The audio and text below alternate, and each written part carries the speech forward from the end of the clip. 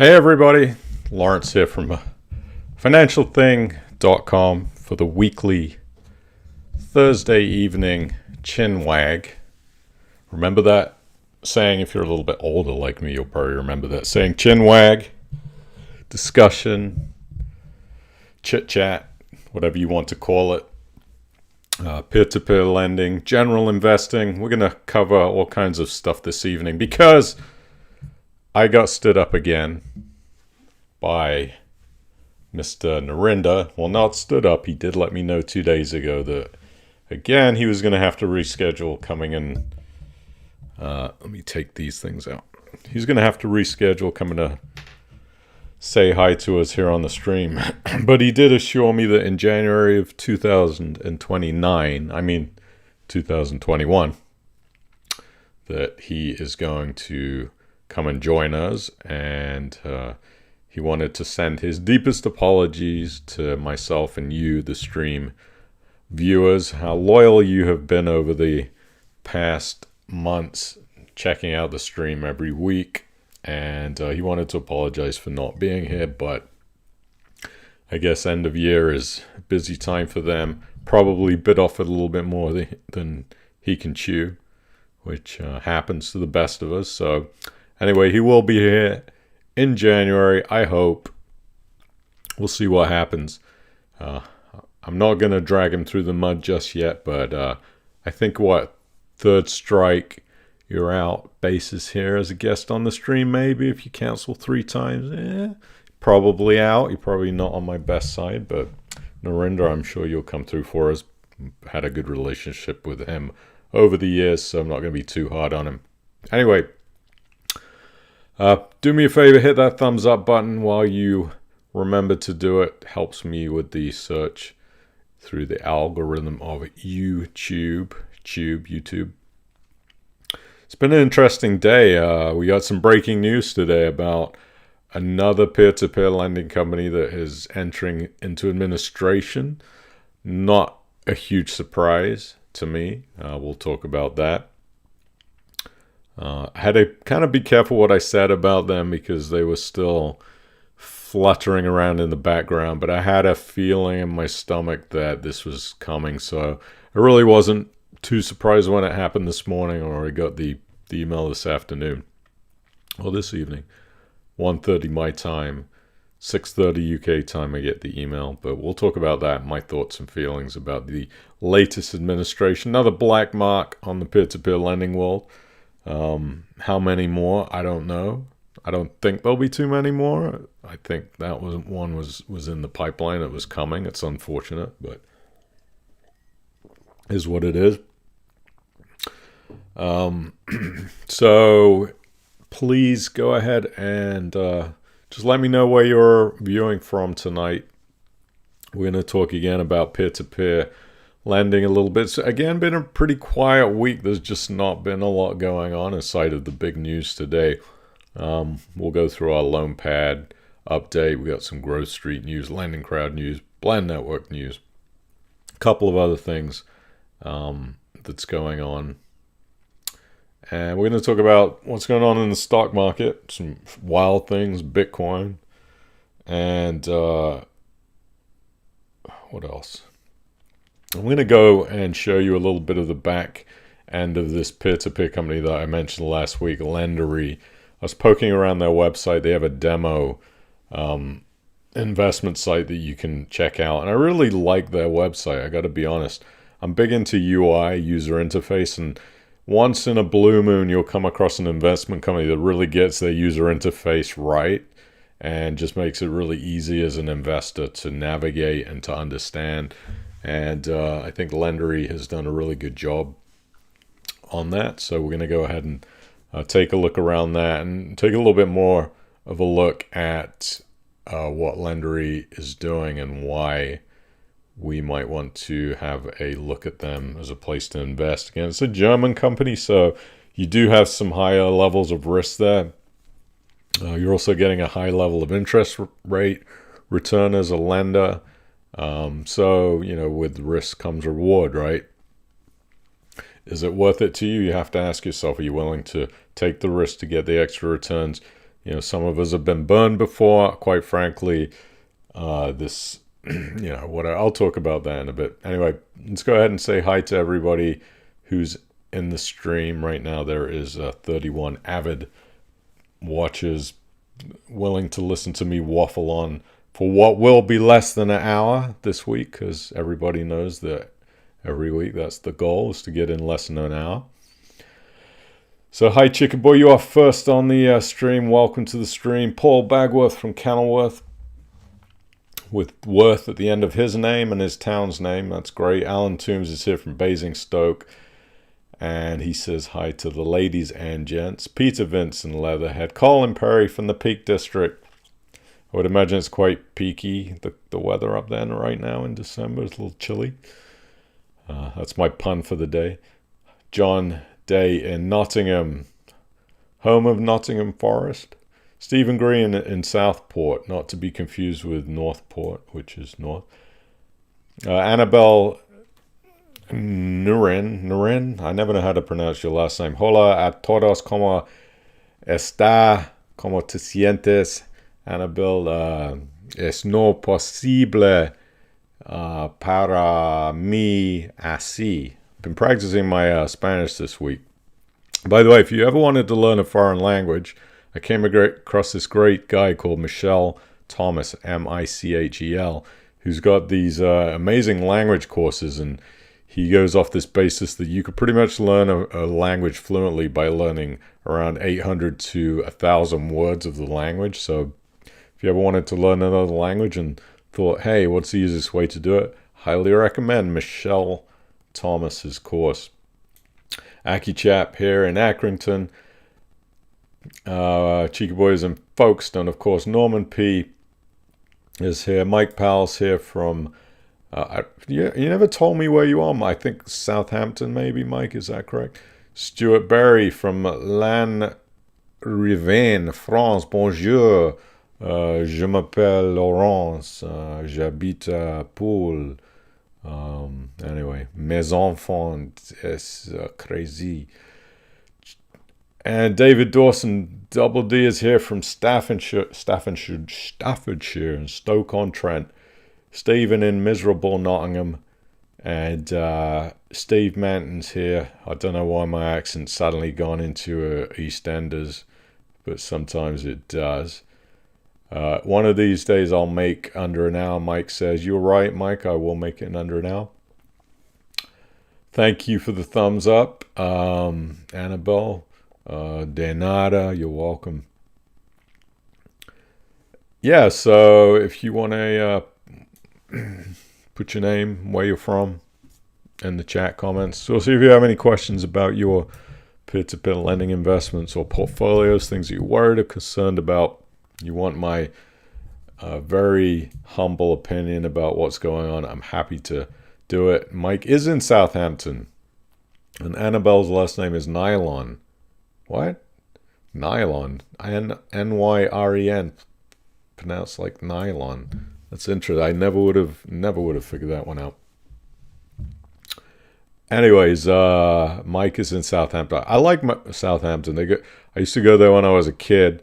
Pile in the Ford Fiesta 0.9, popular, 2-door, biggest POS. It had the windshield fluid on the, when you'd want to spray the windshield thing on your screen to wipe it down, you'd have to press a button on the floor with your foot.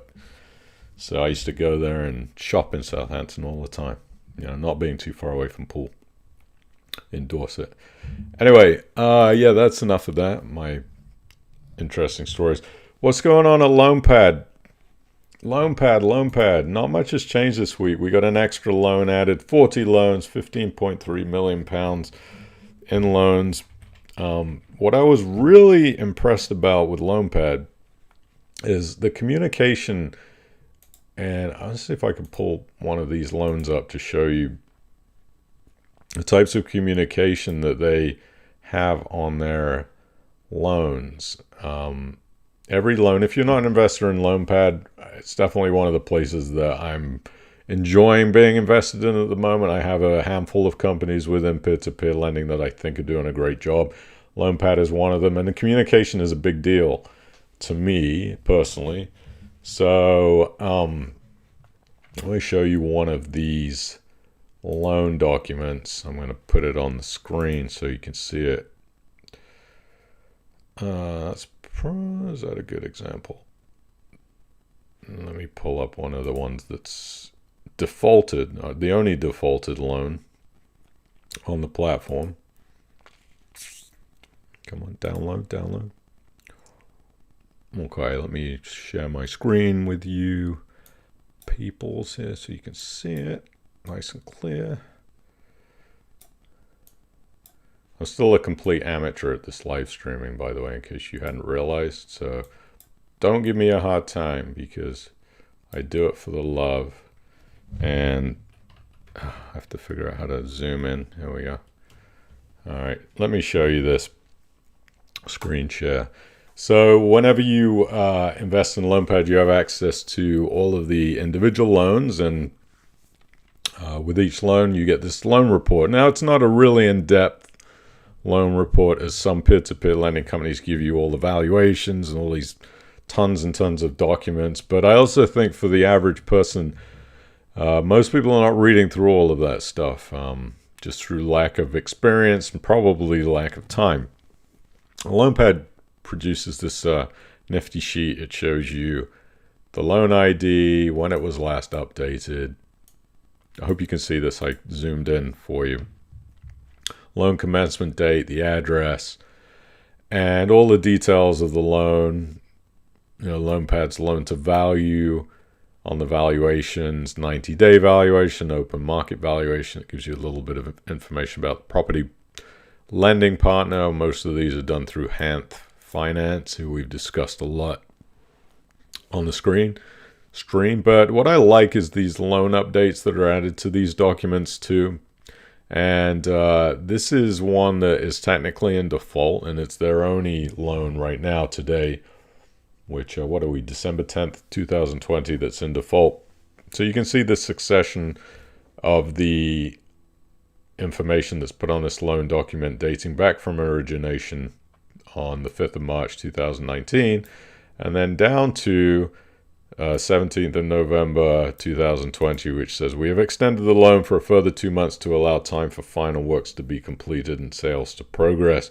So definitely taking action as regards to this single loan that's in default. And they do that for all of the loans, whether they're extended or overdue. Some of the updates are obviously put in when there's information to be told. Sometimes there isn't. They don't have an update. But for the most part, they're really well, they do keep up on these updates. You can see here, this is every month. There's been an update. So that's a cool thing. That's one of the things that I do like about Loanpad. So cool. Yeah. So, not much has changed with their loan book. Their loan to value has gone up slightly. I think it was 34% last week. It's 36%. It just really hovers around the mid-30s. Average loan size tends to be the same. And it's just the slow and steady horse in the peer-to-peer lending race. No surprises with them. You're going to get your minimally pretty low interest, but you're also risk-wise, you're in a pretty low tier. I think I would consider, if I had to pick maybe the two lowest risk companies right now, it would be Loanpad and maybe LendInvest.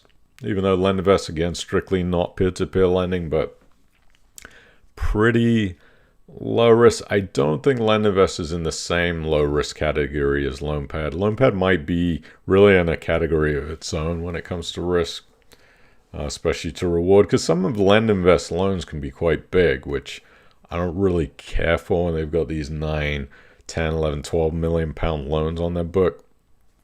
One of those goes into trouble, then you might have a bit of an issue on your hands as a investment company. I do like the way Loanpad keeps its loans portioned smaller. I'm a big fan of smaller portion loans. I don't like these big loans of 10, 15, 20 million. I like the smaller loans. Give me a loan book of pieces of 100 grand, 200 grand, 300 grand. Lawrence is a much happy investor in that than he is in loans that are $9 million, because we've seen those go disastrously wrong in the past. Anyways, let's see what else is going on. So we had another Growth Street update. You can see that their amount of borrowers that are left to repay has been really decreasing, and you'll see that in your account hopefully over the next coming months as you do get repaid. However, there are an expected default rate now of 23.76% on their loan book, which is right now outstanding about £13.1 million. So that would equate to a expected default rate of £3.1 million. I don't know, if the expected default rate and the actual default rate is going to be correlated. We really won't know that until things kind of run through the system. Well, let's have a look at the statistics of Growth Street and see where they are as they continue to wind down their loan book. It's pretty encouraging to some degree, but when you do see an expected default rate of 23.76%, not particularly great. Definitely like to see that come down. If you want to see these statistics, you can just type in Growth Street statistics into Google, and it will bring you to this page. Pretty much shows you how many borrowers are left in each category. The ones that we see in troubled areas are these business services, professional, scientific, and tech services, administration, support services. I would have thought more service industry than that, but it is what it is. It depends who they lent to. But you can see here's the average outstanding amount on each facility. So this one that has a 15% expected default rate, the average facility is 91,727, and average facility still outstanding is £84,662 per borrower. And as you go down, you see here consumer products, this expected default rate of 53.58%. This is a manufacturer of consumer products. And you can really just go down. See here under trade, we've got wholesale and retail trade of goods to borrowers that have a 92.69% effective default rates expected. That means that pretty much both of those companies are expected to default, which is 2 companies. But out of the whole book, 26 loans left. Average facility of £50,400 outstanding, and an expected default rate of 23.76%. They're heading in the right direction. I think what you'll see is the loan book gets older and older, you'll start to see those numbers, the defaults really shine and start to come out. It's just what happened versus the last update, I think. I don't remember off the top of my head. A month ago, we went through these statistics, and I think they were at about a 15% maybe expected default rate. And I said that last month, that as the loan book becomes older, you'd expect that those expected default numbers will increase as they figure out, which companies are going to be able to repay and which are not. So we'll see what happens. We'll continue to keep an eye on what's going on at Growth Street. Assets capital, I checked this morning again, seems to be the discount if you want to get out of your quick access account, 3.4% again. I think it was 3.6% last week when I checked.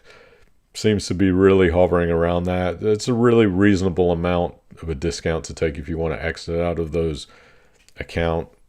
And now they're talking about they're considering accelerated withdrawals in the coming months from the access account. So very vague information, but I think as time goes on and we're seeing the real effects of COVID on these financial companies and these investment companies, what it does is it gives them a chance to really see how their loan books are affected and to really figure out, can they start to allow people to exit out of some of these investment accounts so it wouldn't affect their business in a too detrimental way. Now, if Assets Capital would have said, right at the beginning of COVID, we're not putting, these withdrawal limits on the accounts, we're not going to freeze them, then what would have happened is everybody, every man and their dog would have run for the exits and drained their accounts, and Assets Capital's business would have been in trouble. That's why you saw Assets and Lending Works, Rate Setter, putting all these blocks on being able to exit because they don't want everybody making a run on their money at one time and then taking the companies down. They need money to continue to operate their business, and they need money to fund new loans. So as COVID sort of runs its course through, we're seeing which companies are going to be able to go through these economic downturns and survive. So I think Assets Capital making this announcement that they're considering withdrawals in the next few months. We don't even know what that means. It just says upcoming months. That could be 12 months from now, 20 months from now. I don't know. But I would take a guess that maybe in the spring of 2021, you'll start to see those restrictions eased up on. And, decide for you whether you think you want to exit those companies or not. I'm kind of staying put at this point. I'm hoping that the companies that that they're going to be able to sort of ride through these waves. There's no guarantees with any of this stuff. But I'm pretty diversified when it comes to peer-to-peer lending. If one of the companies has issues, it doesn't affect my portfolio as detrimentally as maybe other people that are only invested in 2 or 3 companies, and one of them goes down, it takes out a third of their capital. That's bad news.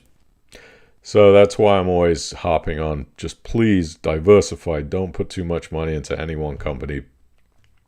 It's a problem. Make sure you're diversified in all of your investing, not just peer-to-peer lending. So we'll see what happens with Assets Capital coming up in the future, and whether they'll allow people to exit out of those other access accounts. I mean, it'd be nice to have the option, right? But I still think even if they opened up the access exits tomorrow, a lot of people would still run for the exits, which, I can't blame them. I mean, it's a bit of a shit show in peer-to-peer with what's happened with these companies that are going into administration. So why would you blame anybody for being cautious and wanting to have access to their funds? In other news, please hit that thumbs up button if you haven't yet. I appreciate it. And subscribe to the YouTube channel. Sorry for pointing at you. You know who you are who hasn't subscribed yet. And hit that thumbs up. Thank you. I appreciate you being here, as always, every week. Excuse me. If you didn't hear at the beginning of the stream, I was supposed to have a guest this week. CEO of Cufflink, Narinder Kaur, rescheduled on me again, and I was kind of scrambling. I really was like, what am I going to talk about this week? I don't have tons of things in the news. It's very quiet. Do I even want to do the stream? I'll be honest with you. I was feeling a little bit lost, kind of like a ship out in the ocean with no wind blowing its sails. Then I thought, no, I make a commitment to be here every week, even if I'm going to talk about the weather, which, by the way, is not an uninteresting topic. I mean, I'm still in Orlando, by the way, Florida, and for everybody that thinks it's just all the time hot here, it was 3 degrees 2 nights ago. I had my big fluffy socks on. I was shivering because I don't like turning on the heat, and it was cold. So for anybody that's never been to Florida, it does get cold here. Anyway, not complaining because it's sunny and like 20 degrees today, but anyway, I digress. So other news, Lending Crowd. They are pausing new retail deposits and signups. Big surprise. Another CBILS lender that is just going to focus on pure CBILS lending. That's the government coronavirus business interruption lending scheme. It took me about 3 months to learn what the hell CBILS stood for. But yeah, they're focusing on that. I don't think that's going to change. But if you're a investor through them, you can still buy loans on the secondary market. But if you want to sign up for an account with them, you are out of luck because they are not going to allow you to, because peer-to-peer lenders cannot invest in those government-backed CBILS loans. Therefore, you cannot open an account at LendingCrowd anymore. I don't think that's going to change. I think as long as a government-backed loan scheme is in place, these peer-to-peer lending companies would be stupid to open up retail again. I mean, why do they want to deal with people like me and you calling up every 5 minutes going, what's happening with the garden centre loan? It's defaulted, and what happened to my 6p of interest? So I don't blame them at all. I think if I was them, I'd just focus on government-backed lending. I mean, all they got to do is put in, I think, 20% of their own cash, and then the government backs another 80. Why wouldn't they do that? Of course they will. Blend Network, they've announced a loss of $462,000 for the last year, but they've said their lending is up 200%, and the reason for the loss is because they've been putting it towards the business expansion. Very normal in peer-to-peer startup companies that they are going to lose money while they're expanding. Not surprising. I think that will probably continue for them for the next couple of years. I think Blend has done a really good job. They've shown that they've been able to continue to write new business through COVID, which has been probably the toughest time that any of these peer-to-peer lending companies have ever been through when it comes to their businesses. Maybe Zopa in 2008 might be the exception, but these other companies weren't around then. So hats off to Blend. The big question is, are the loans any good long term? I think so. I think the Blend has been writing some quality loans. So if you haven't checked them out, Blend Network, I don't invest through them currently. Why don't I? Just lack of... why don't I? I probably should. I probably will. There's 2 companies on my radar right now that I will be putting some cash in. Blend being one of them. I keep saying that. I just always forget to do it. So I'm going to write a note. Blend, send money, and buy some loans. Maybe I'll get it done. And maybe I'll do a screen recording of how to actually use the dashboard and how to invest. FCA this week announcing a complete ban on Minibond Marketing. Hats off to the FCA. They finally did something right, even though I don't know how effective that's going to be. But Minibond's pretty much shit products anyways. Sorry for my language. I'm just going to say how it is. Minibonds are shit. Unfortunately, a lot of people have invested in them, and they're going to lose money. Not just through peer-to-peer, but through other companies like that London financial stuff that's happened. It's been a nightmare. One of the other things too this week, I logged into, I don't remember which company it was, but I had to do that recertification the FCA makes them do.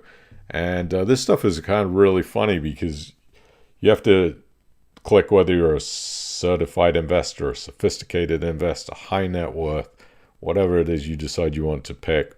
And then some of these websites have questions that you have to answer, and other ones are just check this box to say that you understand if everything goes tits up, that there's risk involved and it's pretty much your responsibility, and there's no FSCS protection.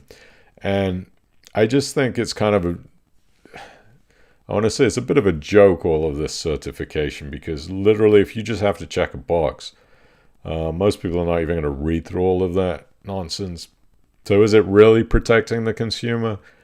I don't know. I think the FCA and some of these peer-to-peer companies could do more to really highlight the risks that people are taking when they invest through some of these investments. There's one of my, I don't know if he's watching on the stream this week, but he had sent me an email saying, was RateSetter FSCS protected because they were owned by Metro Bank. And I said, no, they're absolutely not, because just because the Metro Bank owns them doesn't mean that the money that you invest through RateSetter is FSCS protected. It's absolutely not. It's no different from Barclays Bank offering investment services. Their savings accounts are FSCS protected, but their investment products are not.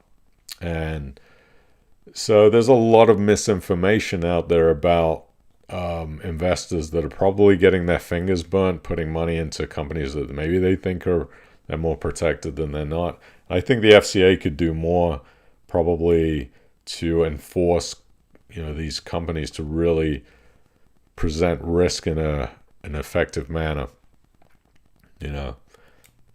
What else we got? Oh, we have so the big news came through at 1:30 that Moneything is going into administration.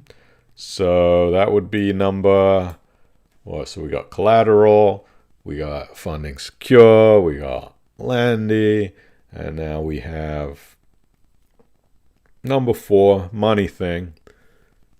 I would like to call them what can I call them? It wouldn't be the Fantastic Four, because it might be I need something like a bad word for F that's not the F word to say the F4. What could that be? If you have a suggestion for what they could be termed as. But these are the 4 companies that are now in administration that are, this is the last place that you ever want to see an investment company is in administration, because the administrators come in and then they completely take all the money, not all of it, but they're going to get a good chunk, and investors are going to get the shaft. It's just the way it is. I kind of already figured that my investment through Moneything was going to be hit severely. Personally speaking, I had 3 or 4 times as much as I have in now about a year ago, when I thought that Moneything might be okay, and a significantly larger amount years ago when I was completely naive and didn't know what the hell was going on with this type of investing. I saw the 12% returns and I was like, 12%? How can I get 12%? This is amazing. Buying and selling loans on the secondary market. But if you're not an investor through Moneything, good for you, because you escaped the downfall. But let me show you this announcement that they sent out today so you can see it, because it's very interesting. Hang on. Let me make sure you can see this thing. Maybe I'll just read it. Hang on. There we go. Okay. The directors of Moneything have issued a notice of intention to appoint administrators, which is known as a NOITA, over Moneything Capital Limited, the company, effective today, 10th of December 2020. This is hot off the press news. Literally came in right before I went on stream an hour ago. Things have been so quiet at Moneything. I hadn't heard anything. I've got £6 stuck in my account that I can't get out because you need 10. I'm like, okay, that's stupid. Let me get the £6 out at least, but they don't.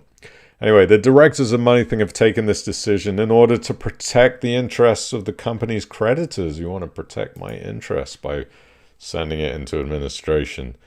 I don't know whether you're protecting my interest, Moneything. I have a sneaking suspicion that this is not because of that, and I was correct when I read the next part that said, we have taken into account the tougher trading conditions experienced in 2020, as well as litigation by a Moneything borrower. So basically, you are getting the crap sued out of you, and you probably can't afford to pay lawyers' fees, so you're going to put us into administration to protect yourself. Good for you, not good for us. A recent High Court decision has meant that we have not reached a settlement agreement in ongoing litigation with by a borrower. In our current position, we cannot afford to defend future litigation, and in order to protect the business, we have decided to issue a NOITA. The NOITA provides the company with 10 business days protection from creditors while it undertakes the necessary steps to prepare for administration. Should we reach a settlement agreement with the litigating borrower within the next 10 days, Then, subject to continued creditor support, we'll be able to continue our original orderly wind-down plan and would not file an administration appointment. If administrators are appointed, they will assume responsibility for managing the company's affairs, which means you as an investor get screwed because the administrators will rack up a lot of fees. Anyway, probably already screwed by some of the bad loans that they've undertook. It is expected that the administrators continue the orderly wind down of the remaining Moneything loan book, return monies to lenders, and conclude business activities. The appointment is not expected to have a material impact on lenders or borrowers. That is very, very funny, Moneything. Let me just read that one more. I should zoom in on that because that might be the funniest thing that I have heard or let's see here. Read that. Am I crazy thinking that is the most silliest thing I've ever heard when it comes to this administration? The appointment is not expected to have a material impact on lenders or borrowers. How? You put the loan, your company into administration. How does that not have a material impact on me as a lender? Of course it does. Tell it like it is. It's going to have a massive impact on lenders. Moneything's existing directors will continue to provide full support to ensure a smooth handover and will remain involved in the business operational activities, reporting to the administrators. Further information has been provided to Moneything's lenders, customers in the support area of the website. Okay, so yeah, again, totally not expected. I thought that it was heading that way. Things have been quiet on the Moneything front for several months. There's just been no movement forward. There's always the optimistic side of me that thinks maybe they're going to be able to work things out with these loans. Maybe they're not. They didn't, and now we have another administration on our hands. Hopefully it'll be the final one of the four. I call them I need an F word. What could be the F word for the four? Yeah. There's got to be a bad word for F that's not like the FCK word, right? I don't want to use that word. I don't want to be offensive. But, yeah, so Moneything is blah. They're blah. Moneything's blah. It's going to be a long administration, too, just like the other ones. Probably take 5 years. You might get some of your money back. You might not. I don't know. I'm in the boat, too. So... nothing else. Tax write-off for 2021. So hopefully you didn't have too much invested with them if you were an investor of Moneything. It's a shame. It's another black mark on the peer-to-peer lending industry, but, it is what it is. So what else are we going to talk about? Bitcoin. I've been telling you for a while, I think Bitcoin... future Bitcoin next 5 to 10 years could be 10 or 100 bagger, could totally increase 10 to 100 times. I don't know. It's been happening. Pick up some maybe if you've got some spare cash that you don't mind taking a risk on. The Bitcoin prices have been going silly. If you're interested in macroeconomics, check out macroeconomics when it comes to Bitcoin. I think it's very, very interesting. I don't want to get too much into it here because it's, after my lesson of last week, I could put my St. Martin's cap on again and have a lesson on Bitcoin. This thing totally doesn't fit. But probably not this week. That's not going to happen. But if you check out the Bitcoin price, it has been... it's a little bit down this week, but over the last year, if you were smart enough to buy in at this $3,858 point, which I was not, because I thought that Bitcoin was going to go much lower than that, and it didn't. But you can see a steady rise. We hit close to 20,000, 19,915 on November 30th, and it's just been darting around a little bit this week, but See a little bit of a drop. I think what's happening now is people are, when they see the drop points happen, so investors who watched it go from close to 20,000 down to 17, they're pumping money in at those low points because they see that as a buying opportunity. And now you've got a lot more institutional companies investing in Bitcoins. We now have a Bitcoin fund. I think it's GDTC is the symbol in the US that tracks the price of Bitcoin with a premium. Well, once you have a fund like that and you have institutions getting their paws into the mix, now this Bitcoin thing becomes open to a much wider range of investors. Now it's not so complicated. It's not so difficult to understand for them. They are paying a premium if they do go into a fund like that. I think it's usually $2,000 more. The Bitcoin's priced, or $3,000 more inside the fund than it is if you actually bought the Bitcoin. But I'm telling you, I'm going to make a prediction. You do your own research. Of course, this is not financial advice. Let me put the disclaimer up there again, just so you can see the disclaimer. It is not financial advice, but I'm telling you that I really believe Bitcoin could be $40,000 by the summer of 2021. And then you're going to see these cyclical drops. Bitcoin is like a step up system and then an elevator down. You could see it the way it goes: step, step, step, step, step, elevator down. Step, step, step, step, step, elevator down. Step, step, step, step, step. Anyway, I'm making a prediction: $40,000 Bitcoin by summer of 2021. I said it. Wouldn't be surprised if it's $100,000 by 2024. See if I'm right or not. Where's the crystal ball? It's, yeah, $40,000 by summer of 2021. Being very optimistic. I think it's going to happen. We'll see. Who knows? I'm not, I'm just taking the information that I know and giving you what I think, right or wrong. Right or wrong. I was aggressively buying Bitcoin when it hit 8,500, and I thought, wow, this price is it going to move? Is it going to move? Is it going to move? And it did. So if you think you're too late in Bitcoin, I sincerely and humbly disagree. I think that there's still a lot of opportunity in Bitcoin. You probably won't see prices back in the $14,000 range now at this point. So, Bitcoin. I'm happy. I think Bitcoin is going to do well. Unless the government shut it down, which is absolutely possible. Totally possible. Governments hate disruptive things. This is a disrupted thing. So, let's go ahead and look at this. Let's see if I can show you the demo pass. See if I can get into this Lendary demo. Come on. I wanted to show you the platform. Come on.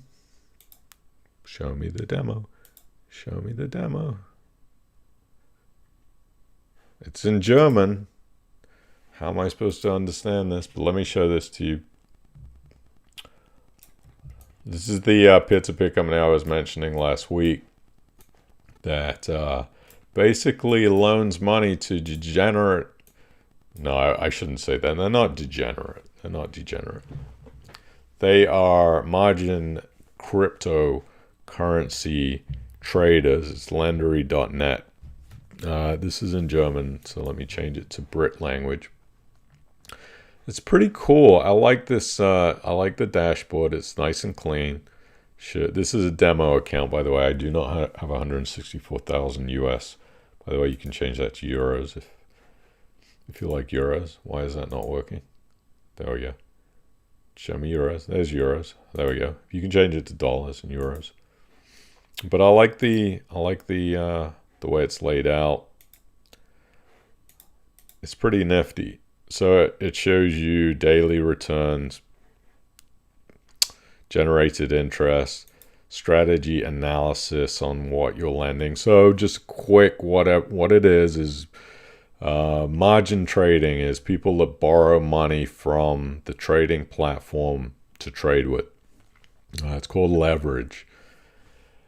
There's a company, Bitfinex, which is a pretty big cryptocurrency trading platform that allows traders to borrow, to leverage, usually 2-to-1. So they put up $100, they'll give them $200 to trade. And what Lendary does, it allows you as a peer-to-peer lender to lend money to these traders. Now, super high risky, right? You might think. Well, the beauty of it is that they have proprietary APIs that monitor these traders' accounts. So if Lendary is lending money, or Lendary's peer-to-peer lenders, sorry, not Lendary itself, if they're lending money to a trader, they have an API that allows them to go in and automatically close that trader's position. So let's say you've lent them $100 and you've lent it at 17% interest. So you're technically, let's just say you're owed $117. The trader has $200, so he has leverage of 2-to-1. He's putting in $100 of his own money, and now he has $200 to trade. Lendary can go in there and when the position looks like it's going down into dog poo lane.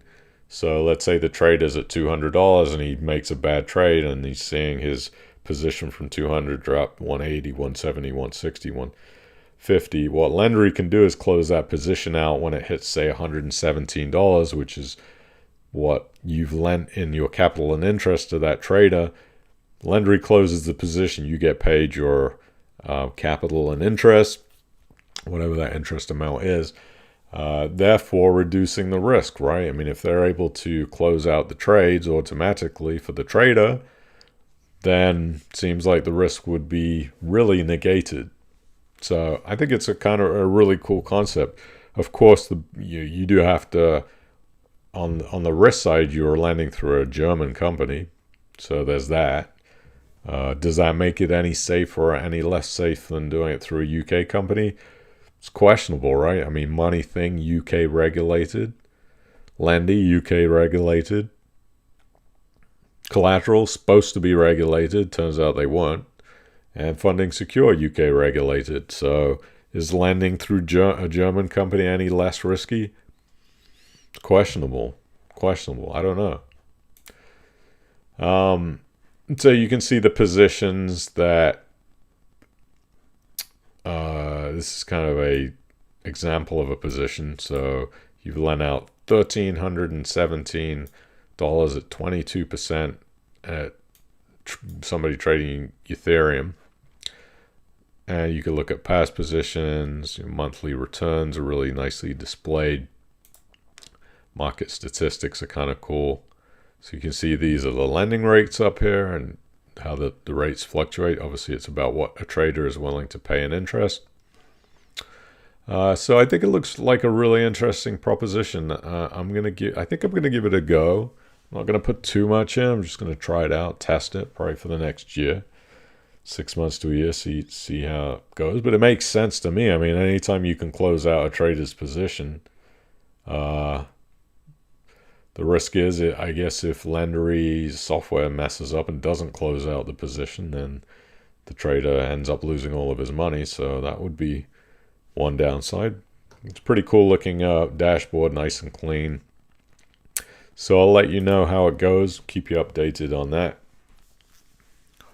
Wow, we're already at 50 minutes. This is insane. I really didn't have that much to talk about today. That's crazy. Let me go ahead and see if there's any interesting comments about my hair, teeth, whatever you want to write. Oh, that's not what I wanted to do. No, close that.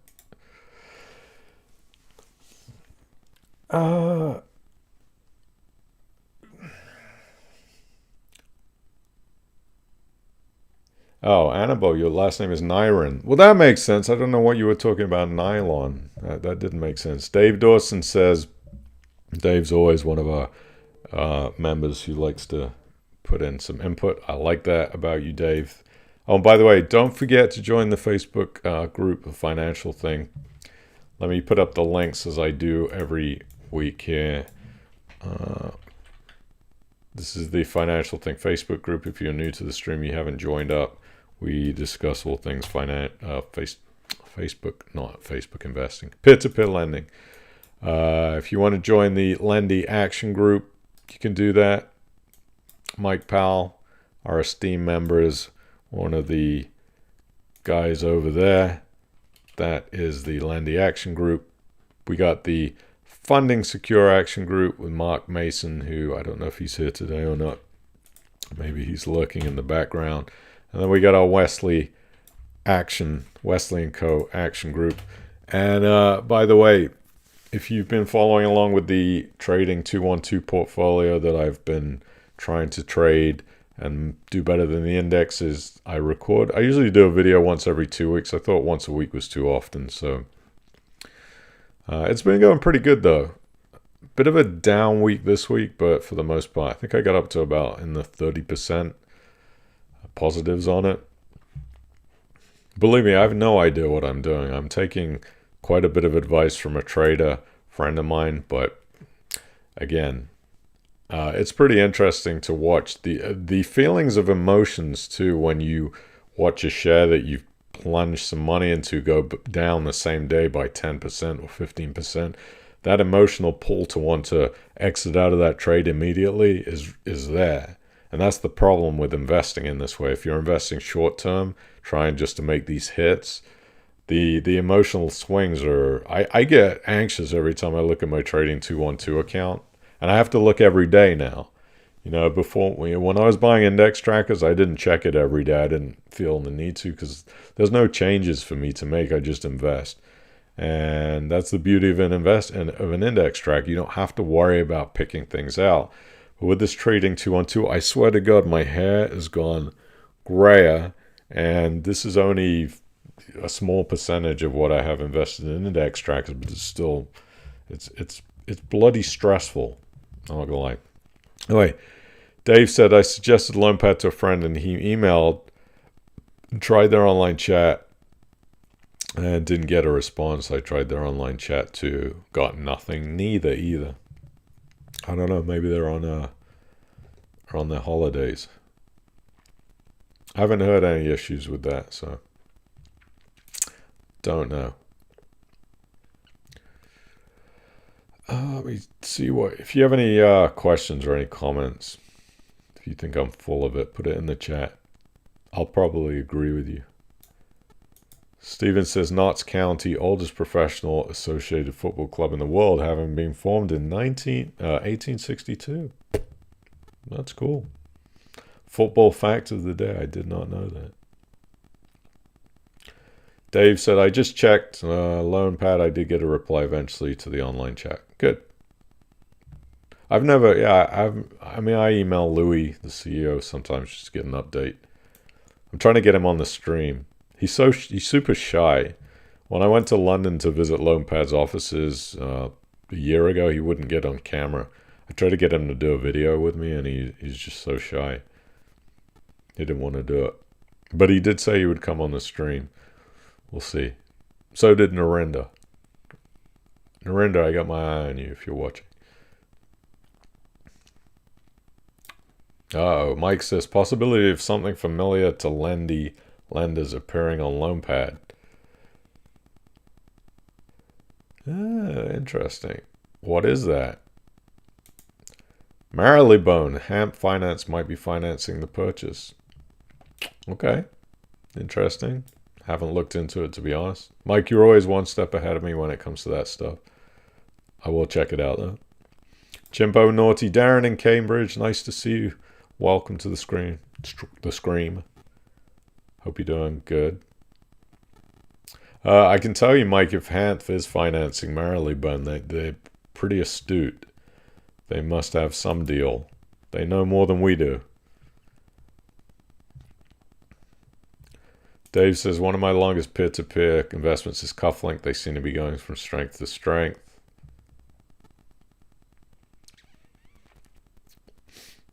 I like Cufflink. Even though Narinda canceled on me again. Twice.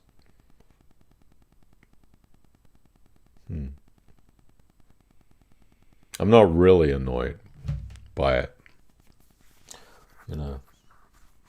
It is hard though, because when you're doing these streams, you have to plan ahead. And it's nice when I have a guest, because it means I can just questions and have a chit chat. And then when I get canceled on, I get a little bit miffed. But I still like you guys at Cufflink. I do. Cufflink's good people.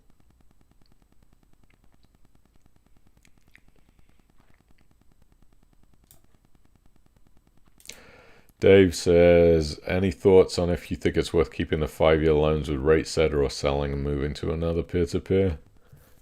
I would probably stay for another 6 months and see what they do. But after 6 months, I might consider just selling out. I sold out. I mean, you don't take too much of a hit for selling out, and you don't think that the rates are going to go any higher for the unforeseeable future. So, but if you don't want to deal with it, I think you could just leave it be for 6 months. Annabelle says, thanks for showing up and not canceling the stream. Always good good stuff to be gained from it. You're welcome. I don't like to cancel. Commitments are a big thing. I think it's all about integrity. You do what you say you're going to do, even though you don't want to do it. Yeah. I was thinking about that this morning too. I do this, if anybody out there has any nagging ailments or injuries, there's a really wonderful stretching program by a guy named Joe Hippensteel. I'm going to put that in the chat because I think this stuff is amazing. I'm pretty big into the health thing. I spray milk and magnesia on my armpits instead of using deodorant, and using Dr. Bronner's natural health and skincare to stay young and beautiful. But every morning for 1 hour and 20 minutes, I stretch, which is a hell of a commitment, right? But, I'm getting older. I'm 47 years old. I got a little bit of a problem from a car accident in my spine from 20 years ago. And stretching is quite amazing if you have ever looked into it. You know how they say if you go to the gym, you should really stretch beforehand? Nobody does it. Like, who's going to sit in the gym for an hour and 20 minutes before you actually work out stretching? No one, right? But we have a lot of tension in our bodies from years and years and years of abuse, like sitting in front of a computer screen, or even playing sports or going to a gym and working out without stretching. So we have a lot of tensions. All of our muscles are just tense, and you get it in your neck and your back. So anyway, I do this stretching. Again, Joe Hippensteel program. It's an advanced stretching course, 24 different stretches. You start with the 6 and then you proceed forward. And the amount of progress that you can make over a month is crazy. Like you start maybe being able to stretch, if you're sitting in a cross-legged position, maybe you can get down that much. But when in a month, you could be almost touching the floor. It's pretty wild. Lendary, by the way, Lendary just shocked the hell out of me. They put a cat. I got to show you this. I was just sitting there talking to the screen, and I see this big cat pop up. I was like, whoa, what the hell is that? Look at the cat sleeping. Anyway, so I do this stretching for an hour and 20 minutes, but I do it with a friend of mine, and we have these really interesting long conversations about life and goals and what we're trying to accomplish. And we talk about integrity a lot, about being integrous, doing what you say you're going to do, and how the mind, when Narinda canceled on me, my mind goes, I really don't want to do the stream now, because now I got to go do all this research. I got to figure out what to talk about for an hour. By the way, we're going to go over an hour again. Sorry, I did it. I do it every week. But my brain is literally trying to talk me out of doing that and pretty much everything in life that can bring me good things. So, for instance, one of the ways that the Financial Thing website creates revenue is advertising. Well, in order to get advertising, you have to make calls or emails to try to bring in advertising business. My brain doesn't like making phone calls to companies begging them to come and advertise. It wants to tell me, don't do that. It's uncomfortable. You're gonna get rejected. So what's the point of this rant? The point is that whatever you're trying to accomplish in life, you have to do what your brain is telling you not to do. And you have to launch into it, right? So if I don't want to make these sales calls, what do I have to do? I got to get up in the morning, pick up the phone and start dialing. And literally my brain can destroy any growth in my life because I don't want to do these things that are uncomfortable. So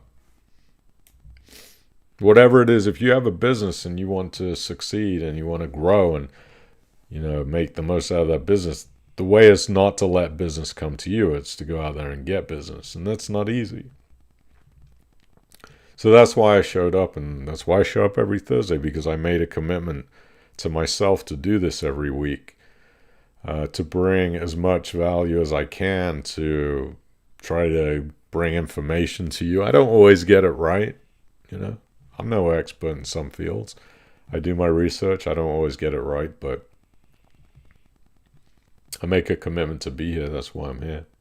Hopefully you get something out of it. And I'll continue to do it as long as people show up and as long as I make that commitment to myself to do it.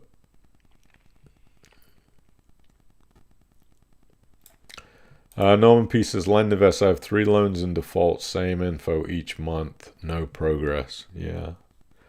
Well, Norman, you're going to have it. It's peer-to-peer lending.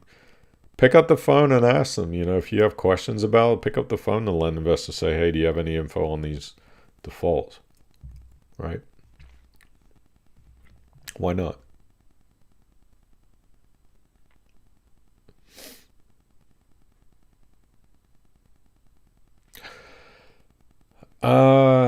Annabelle says, thanks for showing up and not canceling the stream. You're welcome. You got to watch out for the gators in Florida. I saw a gator yesterday. Well, I was going for a walk. I took my car in. I'll see if I can show you a picture. Generally in Florida, you do not see alligators. Despite what people will tell you, they think that in Florida you just see alligators roaming around on the streets, in the supermarket. Not true at all. And I think I've probably seen maybe as many times as I've been here, 15 maybe out in the wild over a period of 25 years. You don't see them. But yesterday, I was walking through just around a little lake near a Walmart because I had to get my tires done.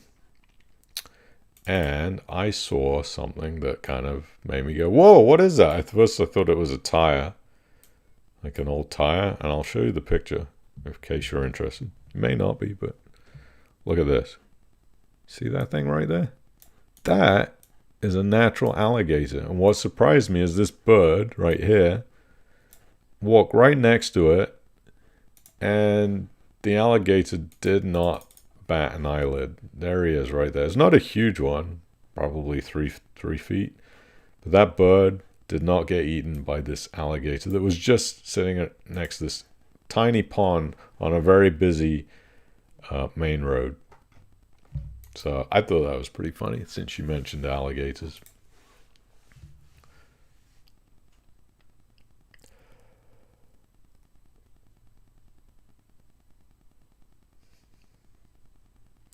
Let's see. Hi, Arthur Atchison. Nice to see you. The Fatal Four. The Failing Four. That's for the Fs, right? The failed fours. That doesn't do it for me. I need something more potent, poignant. The 4. Collateral. Funding secure. Landy. Moneything. What are you? The 4. You're something 4. The foiled for, the flawed for, because they're pretty flawed business models, I guess. Fantastic for, definitely not fantastic. Arthur says he escaped from Moneything only just. Stephen had a piece of a loan on Blend secondary market today. Okay. Cool. And if you notice this week, I didn't mute the mic by accident. I did not finish within an hour. You're right. Annabelle says, how can Moneything possibly say that this administration won't have an impact? Absolute. Agree with you. It is a joke. Paul says, the frackers flipping a hag. I like this. Laura, Chica, I'm too much of a gentleman to be offensive. Don't lower yourself to common language. You'd be surprised. I have a very dirty mouth. I'm keeping it very nice here. Sometimes I will drop the F-bomb. I don't mind. I just don't see it's that much of a big deal to me. I watch this guy on Instagram called Gary Vaynerchuk, whose every second word out of his mouth is F this, F that. I just don't see it's that big deal.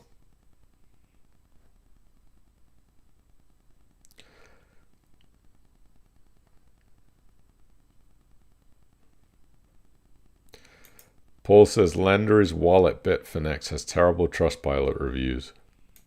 Yeah, I don't always trust Trustpilot. Trustpilot. That's why I'm doing some more digging, Paul. I got to find out what the real deal is with it.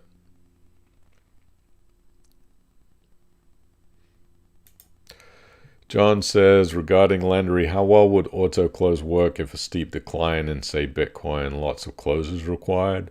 And from what I understand, it wouldn't be an issue. Now, that's actually a really good point, though, because Bitcoin can be terribly volatile. So is the execution quick enough to get out of those trades quickly? I don't think they have a huge amount of money through Lendary right now, so the trades might not be as problematic, but I would imagine if they had a huge loan book, could be. It's a great question. I'm going to ask that question. Good question, John. I need to copy and paste that. Paul says, hope we don't have to form any more action groups. Yeah, I agree. I'm sure there'll be a Moneything action group now. So if you're invested in all four like I am, you can have 4 action groups. Albert Adams, welcome to the stream, Albert. Great name, by the way, double A. We've got a double D, Dave Dawson, and we have a double A, Albert Adams. Do I have any views on Propland? I do. I've been to visit them. I think they seem to be on the right track when it comes to their lending. Haven't personally invested through them yet, but I was impressed, and I think some of their loans are solid as far as I can tell. I haven't gone through all of their loans, but the ones that I've looked at seem to be pretty solid. I'm very much more cautious now just because of what's going on with COVID and having gotten burned by now number 4 company. Obviously you start to become a lot more picky in what you invest in. As far as the amount to goes, I'm of the now I just don't invest a lot to begin with. I just try it out and see how it goes. I think any of these companies can make it through the next year. They're going to be fine as long as they keep writing good loans. This is the problem with these peer-to-peer lending companies, though. They are so desperate to write loans to make fees. Lendary did it. They wrote a bunch of bad loans to get fees. £3 million in profit one year. Just writing loans, getting fees, writing loans, getting fees, writing crap loans, getting fees. It's hard to tell sometimes are the loans that are being written actually quality, or are the loans being written for volume just for the peer-to-peer lending company or investment company to get revenue. Most of the time, good. Loans are good, but sometimes they're not. You do have to put in £1,000 to prop lend in each loan. So you gotta have, you really need 10 grand to be properly diversified. Dave says, do you think prop lend or blend is the better? I don't know the answer to that question because, again, I'm not invested in either one of them. 1 minute warning. Yeah, I failed, Mike. I know.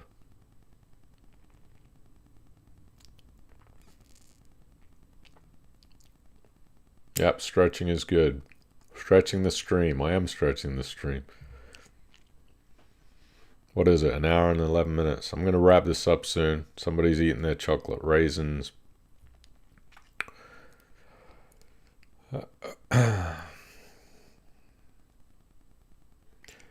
Yes, there was a big alligator walking across a golf course. That thing was huge.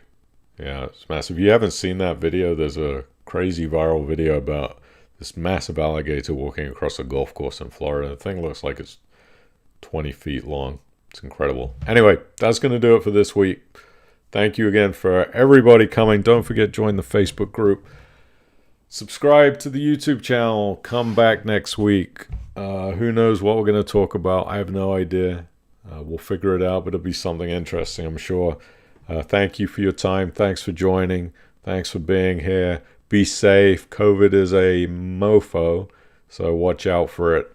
I think we're going to talk about vaccinations next week for COVID too. And any possible connections with health issues. I don't know. We'll talk about that next week. But we'll see you next time. You guys are awesome for being here. And appreciate each and every one of you spending your time here with me. We will see you next time. Happy pre-holidays too. It's December. I haven't done any Christmas shopping yet. I'm going to be thinking about each and every one of you while I shop, though. And maybe we'll give something away for Christmas. I think we will. We'll do a financial thing giveaway. Maybe we'll give away some Bitcoin. I think we're going to give away Bitcoin. Yeah. We're going to do that on, you know what? I think the 17th will be the last stream of the year. So next week, December 17th, we're going to give away some Bitcoin next week. So if you don't have a Bitcoin account, go get yourself one. I will send out an email on this little giveaway, but you're going to have to get yourself a Bitcoin account. Probably do it through Coinbase. It'll be a lot easier for you. And I'm going to give away some Bitcoin next year to say thank you and to give back to every person. I mean, I'm not going to give you all Bitcoin, but I'll do some kind of random number generator giveaway for everybody that's on the stream next week. And just to say thank you. So anyway, I'm still chatting. You're right. I'm out of here. Have a great week. And read this disclaimer for a minute, and then I'm going to go. Take care. Bye.